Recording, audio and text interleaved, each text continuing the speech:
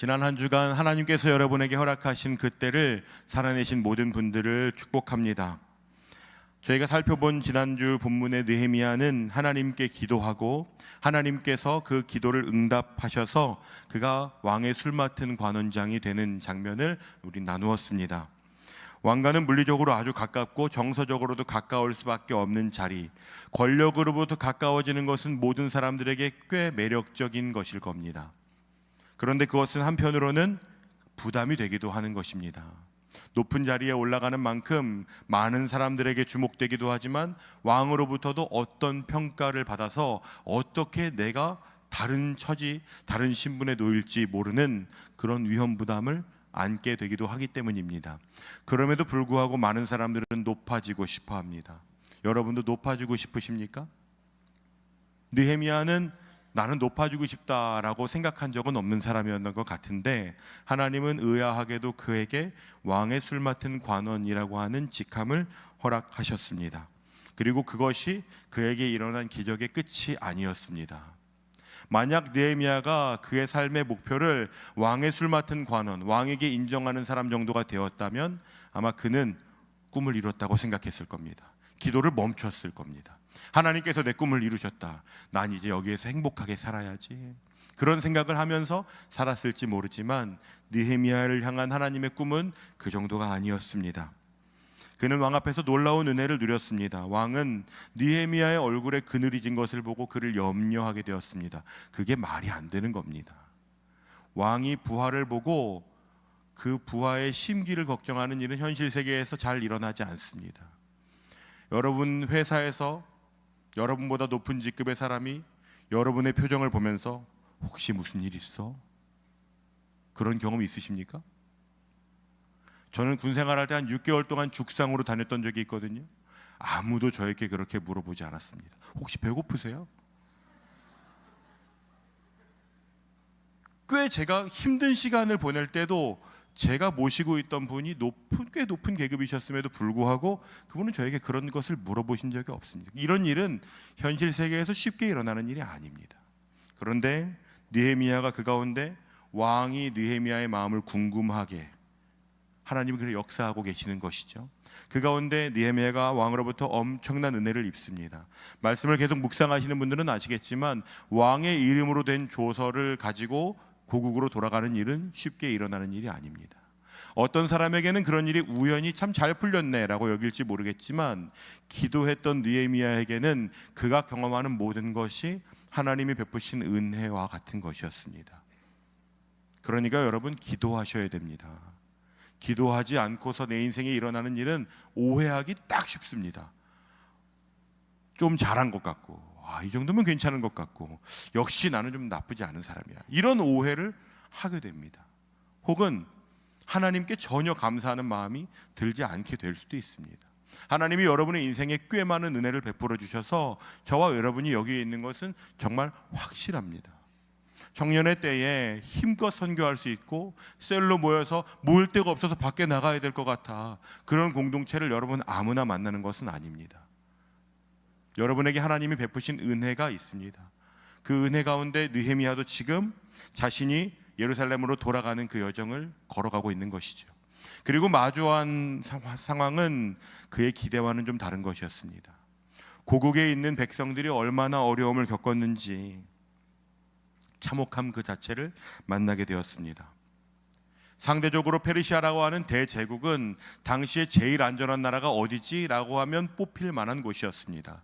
그곳에서 포로로 사는 것은 비참할 수는 있지만 적어도 먹고 사는 문제를 고민하거나 어떤 나라가 우리를 침범할 것에 대한 두려움이 있는 그런 위험에 노출된 삶은 아니었을 겁니다. 그런데 그곳에서 하나님이 우리를 예루살렘을 회복시키시는 일을 위하여 보내셨다. 그래서 그 소망을 가지고 돌아간 사람들, 그런데 그들이 그곳에 갔는데 그 영광스러운 기대와는 전혀 다른, 사람답게 살 수도 없는, 삶이 다 무너져 버린 그러한 모습으로 살아가는 모습은 느헤미야에게 좌절을 안겨주었을 것입니다. 느헤미야는 감정이 없는 사람이었을까요? 성경은 느헤미야의 감정을 고스란히 기록하고 있습니다. 1장에서는 앉아서 울고 수일 동안 슬퍼했다고, 2장에서도 느헤미야에게 왕이 묻는 것이 아닙니까? 어느 정도 표정을 지으면 왕이 걱정할 만했을까요? 아마 진짜 그 얼굴 그 자체가 그늘이었을 거예요. 수심이 가득한. 그러니까 느헤미야에게는 감정이라는 것이 있었습니다. 그런 그가 참혹한 것을 목격하고 나서 마음이 무너졌을 겁니다. 그런데 그 무너진 상황 속에서 느헤미야가 유다 사람들과 제사장들과 방백들과 귀족들에게 이렇게 말합니다. 2장 17절 말씀을 함께 읽어보겠습니다. 후에 그들에게 이르기를 우리가 당한 곤경은 너희도 보고 있는 바라. 예루살렘이 황폐하고 성문이 불탔으니 자 예루살렘 성을 건축하여 다시 수치를 당하지 말자 하고, 다양한 사람들, 수많은 사람들이 같은 것을 보고 있습니다. 그래, 역시 안 돼. 우리는 망해버렸다니까. 우리가 노력을 안 한 게 아니라고. 이런 수많은 사람들의 편견 속에서 느헤미야는 지금 자, 예루살렘 성을 건축하여 다시 수치를 당하지 말자. 누군가는 그 목소리를 내야 합니다. 세상의 수많은 사람들이 이미 끝났다고 말할 때 그 목소리를 내는 사람이 바로 느헤미야였습니다. 느헤미야는 그 상황에서 내가 포로의 후손이 돼서 저 먼 수산궁이라는 곳에서 자라난 이유가, 내가 왕의 술 맡은 관원이 된 이유가, 하나님 일행으로부터 예루살렘의 소식을 듣게 된 이유가, 그 가운데 말도 안 되는 왕의 은혜를 입은 이유가 오늘 이 성벽을 다시 건축하게 하는 데 있구나 라는 것을 발견했습니다. 여러분이 오늘 그 자리에 있는 이유가 있습니다. 어쩌다 보니까 내가 수많은 선택지 중에서 이걸 고르고 성공도 해보고 실패도 해보고 그 가운데 내가 오늘 우연히 거기에 있다고 많은 사람들은 그렇게 생각하지만, 기도하며 하나님의 일하심을 믿는 사람들은 그곳이 하나님이 나에게 보내신 곳이라고 하는 믿음으로 살아가는 것입니다. 그 느헤미야의 도전은 많은 사람들에게 소망이 되었습니다. 왜 그런 줄 알 수 있냐면 3장에서 그들이 다시 성벽 재건을 기획하고 시행하기 때문입니다. 한두 사람만 그런 마음이 사져서 저도 할게요가 아니라 온 백성들이 느헤미야가 도전하는 것을 듣고 우리 다시 성벽을 지읍시다 하는 마음을 산 것이 3장에 기록되어 있습니다. 그런데 그 가운데에 아주 찜찜한 사람들이 등장하죠. 그것이 2장 마지막 부분에 등장하는 사람들입니다. 그들은 성벽을 재건할 때 계속해서 등장하고 아마 중반부 이상까지도 이스라엘 백성을 꾸준히 괴롭힙니다. 은근한 말로 2장에서 10일을 걸어옵니다. 화면 한번 보시겠습니까? 너희 하는 일이 무엇이냐? 너희가 왕을 배반하고자 하느냐?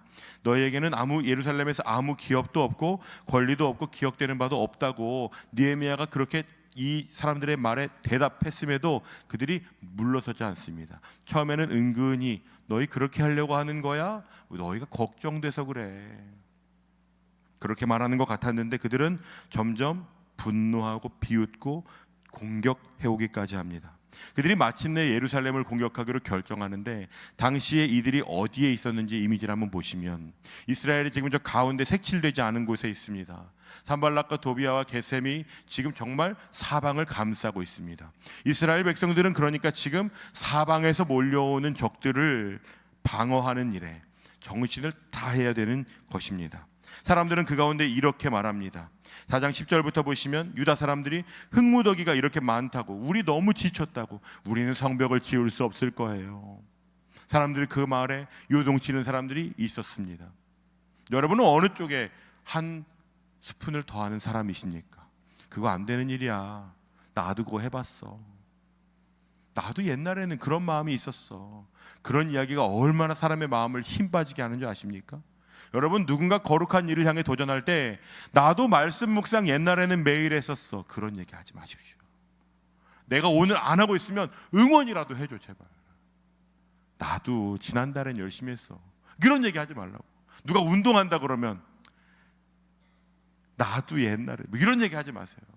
저희 공동체에 요즘 달리기에 미쳐있는 분들이 있다고 들었거든요. 여러분 알고 계세요? 미쳐있는 청년들과 미쳐있는 사역자가 만나서 그들이 달리고 있어요. 대단한 사람들이죠. 그런데 운동하는 사람들 옆에서 그런다고 뭐 바뀌겠어? 그러면 여러분 얼마나 열받겠습니까? 지금 이런 이스라엘 백성들에게 느헤미야가 그 마음이 흔들리지 않았다면 거짓말이겠죠. 그런데 느헤미야가 다시 어떤 마음을 붙잡는지 아십니까?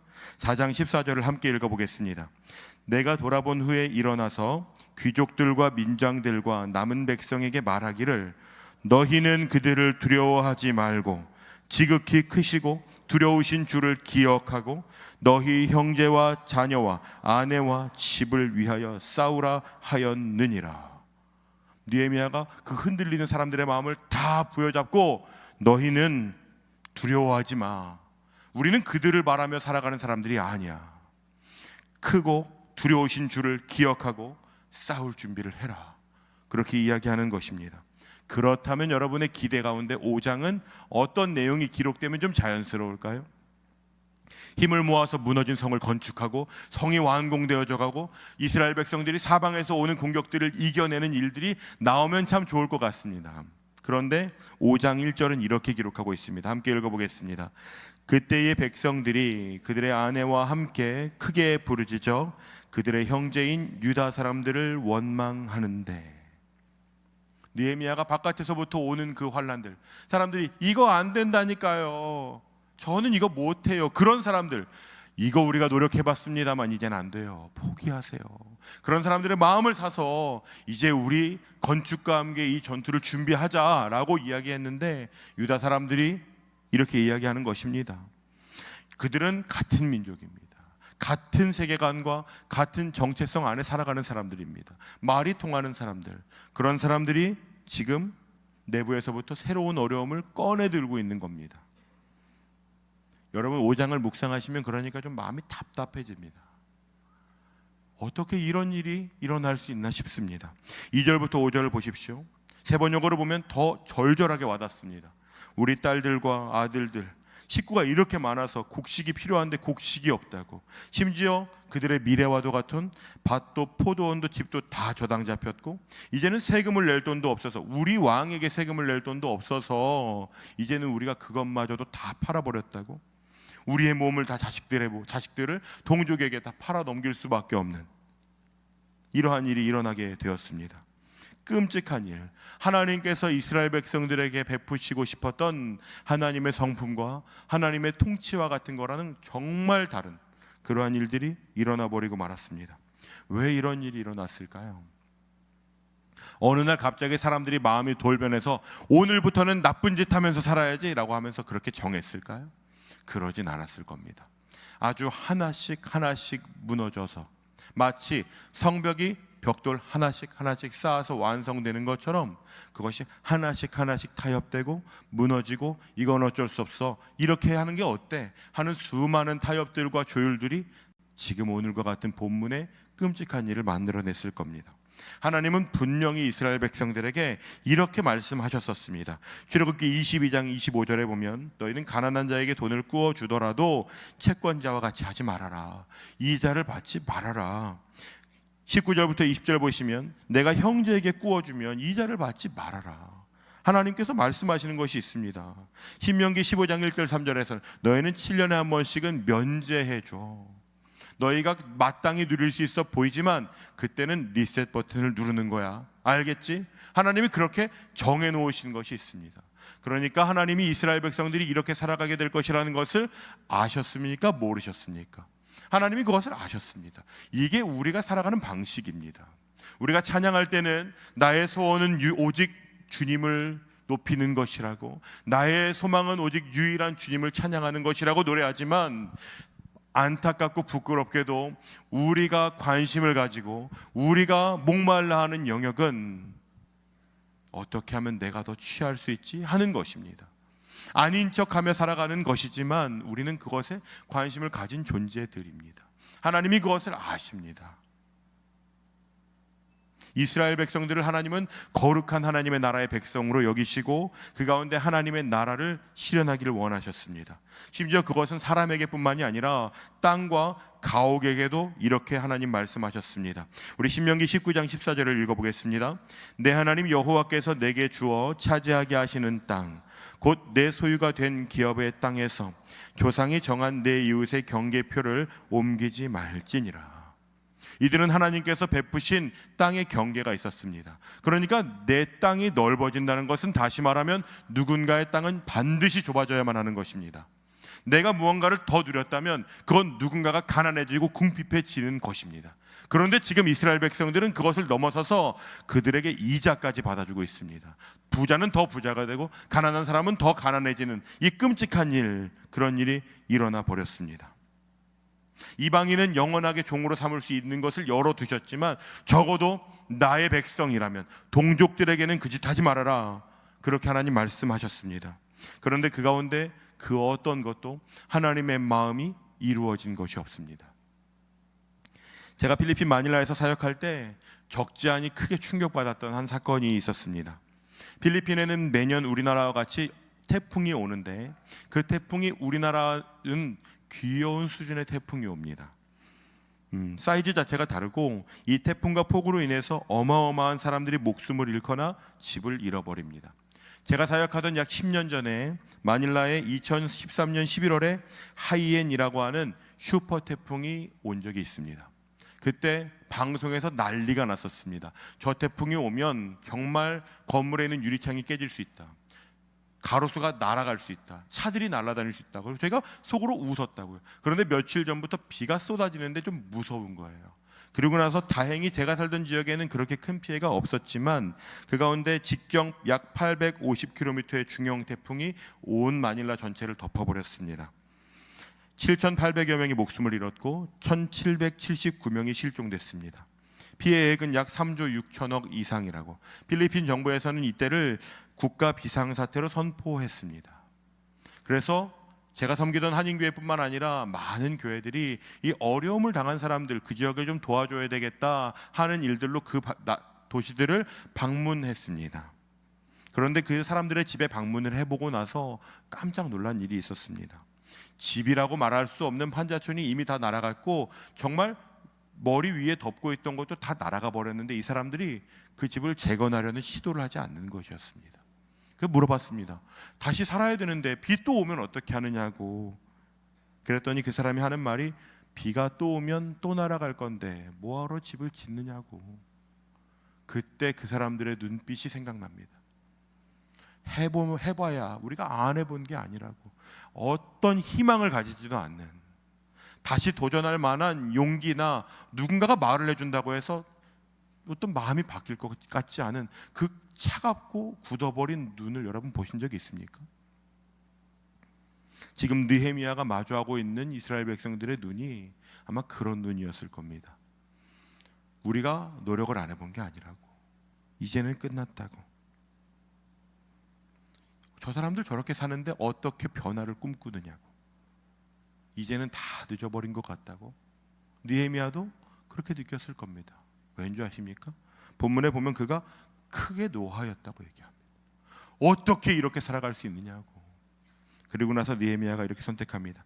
5장 6절과 7절입니다. 우리 7절 말씀만 읽어보겠습니다. 깊이 생각하고 귀족들과 민장들을 꾸짖어 그들에게 이르기를 너희가 각기 형제에게 높은 이자를 취하는도다 하고 대회를 열고 그들을 쳐서. 그가 깊이 생각하는 시간을 가집니다. 여러분 이해할 수 없는 상황을 만나면 분노가 치미는 것이 사실 당연합니다.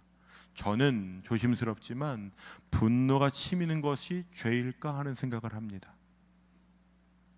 여러분, 분이 날 때 분을 내셔야 합니다. 말도 안 되는 상황을 보면서 여러분 분이 나셔야 됩니다. 그런데 그 뒤에 어떤 사람은 욕해버리고 끝납니다. 어떤 사람은 누군가를 비난하고 끝납니다. 어떤 사람은 그게 어쩔 수 없잖아, 현실을 가지고 그냥 그렇게 이야기하고 끝납니다. 하나님의 사람은 그 분노를 가지고 깊이 생각하는 것이 필요합니다. 하나님이 나에게 왜 이런 분노의 상황을, 이 말도 안 되는 상황을 만나게 하셨지?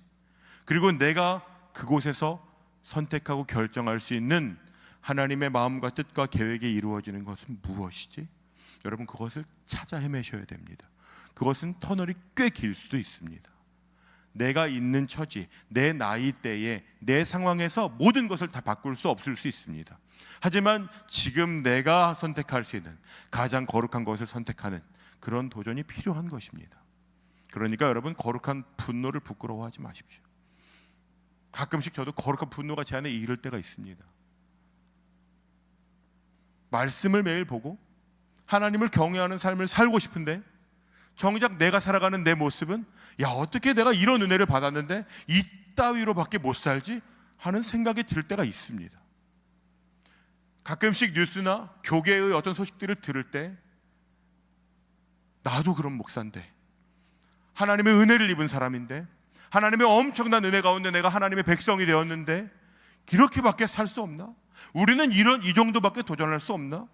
여러분, 그런 분노가 여러분 안에 치미셔야 됩니다. 그리고 그 가운데 나는 무엇을 할 수 있는 거지? 아무것도 할 수 없는 것 같아 보여도 깊이 생각하는 가운데 하나님이 나를 그곳에 둔 이유를 발견하는 것이 믿음입니다. 느헤미야에게도 그 일은 불편한 일이었을 겁니다. 사람들로부터 공격을 당할 수도 있죠. 너는 수산궁에서 평생 그렇게 살다가 왔으니까 그런 말 할 수 있지 라고 공격당할 수 있습니다. 사람들이 너에겐 대체 누가 그런 권한을 준 거야? 사람들에게 마음을 잃어버릴 수 있습니다. 그런데 느헤미야가 그렇게 이야기할 수 있는 근거가 어디 있는지 아십니까? 그것은 느헤미야의 자신의 거룩함에 있지 않았습니다. 우리 5장 9절을 읽어보겠습니다. 내가 또 이르기를 너희의 소행이 좋지 못하도다. 우리의 대적 이방 사람의 비방을 생각하고 우리 하나님을 경외하는 가운데 행할 것이 아니냐. 그들이 우리에게 왜 비방하는지를 기억해봐라. 우리가 그 가운데 무엇을 선택해야 되는지를 잃어버리면 안 된다. 우리가 하나님의 백성이라는 것이 분명하다면, 하나님이 살아계시는 것이 분명하다면, 하나님의 그 일하심이 여전히 우리 가운데 함께 한다면 하나님을 경외하는 가운데 살아가야 되지 않느냐고. 그러니까 동족에게 이자 받는 거 그거 멈추자고 말하는 겁니다.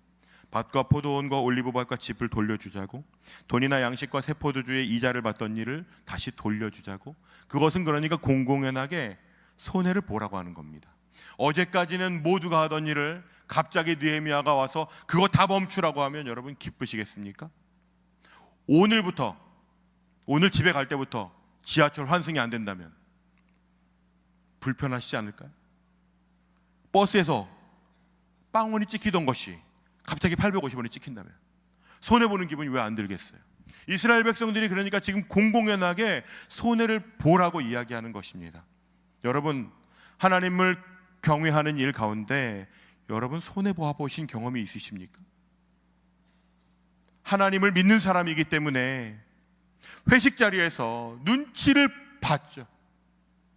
너 그렇게 좀 꽉 막히게 살지 말라는 얘기를 들을 수 있죠. 회사에서 어떤 일을 하는데 그 일을 내가 다른 사람들처럼 약삭 빠르게 혹은 효과적이게 하지 못하더라도 거룩하고 진실하게 하느라 손해를 보는 사람들을 요즘 만나기 어렵습니다. 그럼에도 불구하고 다른 모든 족속들이 그 짓을 하면서 살아도 하나님을 믿는 사람, 하나님의 백성이라면 그렇게 살 수는 없는 것이라고 그렇게 외치고 있습니다. 그러자 백성들이 다 그 가운데 우리가 그렇게 살겠다고, 우리가 그렇게 살아가겠다고 이야기합니다. 느헤미야가 그곳에 없었다면 아무런 변화도 일어나지 않았을 겁니다. 그러니까 하나님이 느헤미야를 그곳에 두셔서 하나님이 일으키시는 일, 느헤미야에게는 그것이 무겁습니다. 하지만 그 일로 인해서 이스라엘 백성들은 엄청난 변화의 기회를 맞이하게 됩니다. 그리고 나서 느헤미야가 내린 결정이 우리가 함께 읽은 본문의 마지막 절입니다. 우리 5장 14절을 함께 읽어볼까요? 또한 유다 땅 총독으로 세움을 받은 때 곧 아닥사스다 왕 제20년부터 제32년까지 12년 동안은 나와 내 형제들이 총독의 녹을 먹지 아니하였느니라. 느헤미야가 처음 예루살렘에 왔을 때는 아마 짧은 기간 동안 머물렀을 겁니다. 약 한 달 조금 반 넘는 시간, 52일 동안 성벽을 지었으니까. 그리고 나서 그는 다시 돌아갔다가 유다 총독으로 근무를 시작합니다. 12년 동안. 그리고 그 12년이라는 시간 동안 느헤미야는 고국으로부터 마땅히 누릴 수 있는 권한과 권리가 있었습니다. 전임자들은 백성들에게 양식도 취하고 포도주와 세금도 취했습니다. 당연한 일입니다. 그런데 느헤미야는 그 가운데 하나님을 경외하는 선택을 합니다. 그거 누린다고 해서 사람들이 느헤미야를 손가락질하지 않을 겁니다. 왜냐하면 이미 억울한 일들이 멈춰지는 일들이 있었지 않았겠습니까? 세금을 받고 종으로 삼고 하는 일들이 멈춰져서 느헤미야 때문에 우리가 좀 더 행복해졌어, 우리 사회 시스템이 정비됐어, 와 정말 대단한 사람이야 라는 인정을 받았을 겁니다. 그런데도 그가 그 가운데 왕의 통치 아래에서 총독과 공무원으로 살아가지 않고 그는 하나님께서 나를 보내신 곳에서 하나님이 나에게 할 수 있는 믿음의 분량을 다하는 삶을 살아갑니다.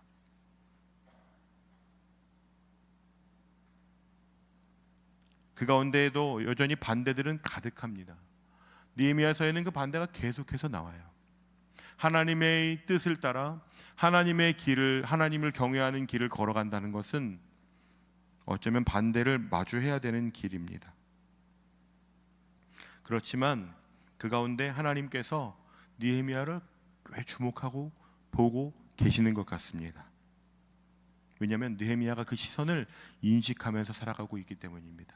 우리 5장 15절을 한 번 더 읽어봅시다. 우리 두꺼운 글씨만 읽어보겠습니다. 다음 페이지 우리 노란색만 읽어봅시다.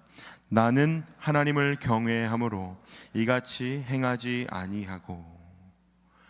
하나님께서 나를 주목해서 보고 계신다라는 것을 하나님도 아시지만 느헤미야도 지금 느끼고 있습니다. 하나님이 나를 주목해서 보고 계시지, 하나님이 내가 어떤 선택을 하는지를 보고 계시는구나. 모두가 다 녹을 받지 않아야 하는 것은 아닙니다. 하지만 느헤미야가 할 수 있는 믿음의 분량은 그것을 받지 않는 것이었습니다. 여러분, 오늘날 그렇게 살아가야 되는 사람들이 있다면 누굴까요? 이것은 꽤 오랜 시간 전에 우리가 가본 적도 없는 땅에서 살아갔던 한 사람의 이야기일까요? 하나님은 왜 오늘 저와 여러분에게 이 묵상 본문을 가지고 말씀을 나누게 하실까요? 우리는 하나님의 은혜가 없이는 하나님을 알 수도, 하나님을 믿을 수도, 하나님의 자녀가 되었다는 정체성을 가질 수도 없는 사람입니다. 유명한 신학자는 이렇게 이야기했습니다. 하나님께서 자기 자신을 계시하시지 않으면 피조물은 절대로 하나님을 인식할 수가 없다. 하나님은 우리에게 하나님이 어떤 분이신지를 보여주셔서 하나님을 알 만한 지식을 우리에게 주셨고, 수많은 사람들을 통해서 믿음이 무엇인지를 직간접적으로 경험하게 하셨고, 누군가는 예수를 믿는 가정에서, 누구는 예수를 믿지 않지만 주변의 사람들을 통해서, 계기를 통해서, 어떠한 어려움이나 혹은 즐거운 일을 통해서 하나님을 믿게 되는 은혜를 우리에게 주셨습니다. 그리고 그 은혜 아래 우리는 때때로 정말 적지 않은 기도의 응답을 누리면서 살아갑니다. 지난주에 예배를 드렸고 오늘 이 자리에서 동일하게 예배를 드리는 일은 여러분 공짜로 주어지는 것이 아닙니다.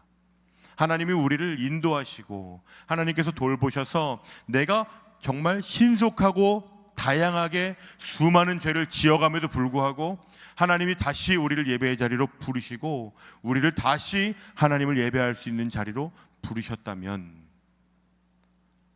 느헤미야가 그 마주한 현실 속에서 모두가 가는 길이더라도 하나님을 경외하는 길이 아니라면 그 길을 주변에도 가려고 하지 않는, 그것을 털어버리는 그런 삶을 살았던 것처럼 오늘을 살아가야 되는 것이 저와 여러분을 향한 부르심입니다.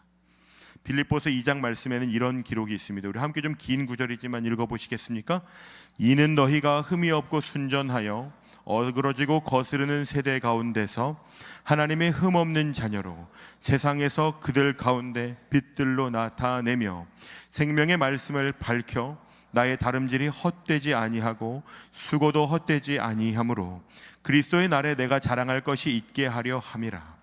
만일 너희 믿음의 제물과 섬김 위에 내가 나를 전제로 드릴지라도 나는 기뻐하고 너희 무리와 함께 기뻐하리니 이와 같이 너희도 기뻐하고 나와 함께 기뻐하라. 아멘. 이것이 사도 바울이 성도들에게 이야기했던 것입니다. 그러니까 느헤미야만 그렇게 사는 것이 아닙니다. 바울도 그렇게 살아가야 한다고 이야기하고 있습니다. 너희가 흠이 없고 순전하여 어그러지고 거스르는 세대 가운데서, 어디 먼 곳, 완벽하게 내가 믿음을 지킬 수 있는 곳, 정말 그 무균실과 같은 이곳에서는 정말 안전하지라고 느낄 수 있는 그런 곳이 아니라 그 어그러진 곳, 거스르는 곳, 그 가운데에서 그들 속에서 빛으로 살아내는 일, 그것이 바울이 성도들에게 이야기했던 겁니다. 그것이 느헤미야가 오늘 살아가는 삶의 가치입니다. 그리고 바울은 심지어 무엇이라 이야기합니까? 너희 믿음의 재물과 섬김 위에 내가 나를 전제로 드릴지라도, 내 생명을 그 앞에 내가 다 바친다고 해도 나는 그것으로 인해 기뻐할 것이라고. 마침내 임할 그리스도 예수의 날에 그 믿음의 흔적을 붙들고 예수 그리스도를 믿는 믿음 아래 하나님을 경외하는 삶을 살았던 그 흔적들이 수많은 믿음의 선조들이 기뻐하며 예수께서 저것 봐, 저 녀석들이 저렇게 살았다니까, 말도 안 되는 곳에서 아무도 그것을 칭찬하지 않고 너 왜 그렇게까지 고생하느냐고 말하지만 그 가운데 믿음을 지켜 산다니까 라는 영광을 얻게 되는 것입니다. 세상이 바뀌지 않는 것 같죠? 세상은 정말 바뀌지 않는 것 같습니다. 제가 3년 동안 직업군인으로 군생활을 할 때 매일같이 말했던 것이 있습니다. 그것은 군대는 안 된다는 것이었습니다. 진짜 안 바뀌는 거예요. 아무리 몸부림쳐도 바뀌지 않을 것 같았어요. 저를 아껴주는 많은 사람들이 저한테 이렇게 얘기했습니다. 아유, 교육장교님 그만하세요. 적당히 하세요. 적당히. 애들 잘 부려먹고 몸 건강히 집에 돌려보내면 그걸로 충분합니다. 제가 아주 짧게 회사 생활할 때도 홍쌤 너무 무리하지 마, 그런 이야기 많이 들었습니다. 사역할 때도 모든 것을 다 그렇게 힘줘서 하면 나가 떨어집니다, 그런 이야기를 종종 듣습니다.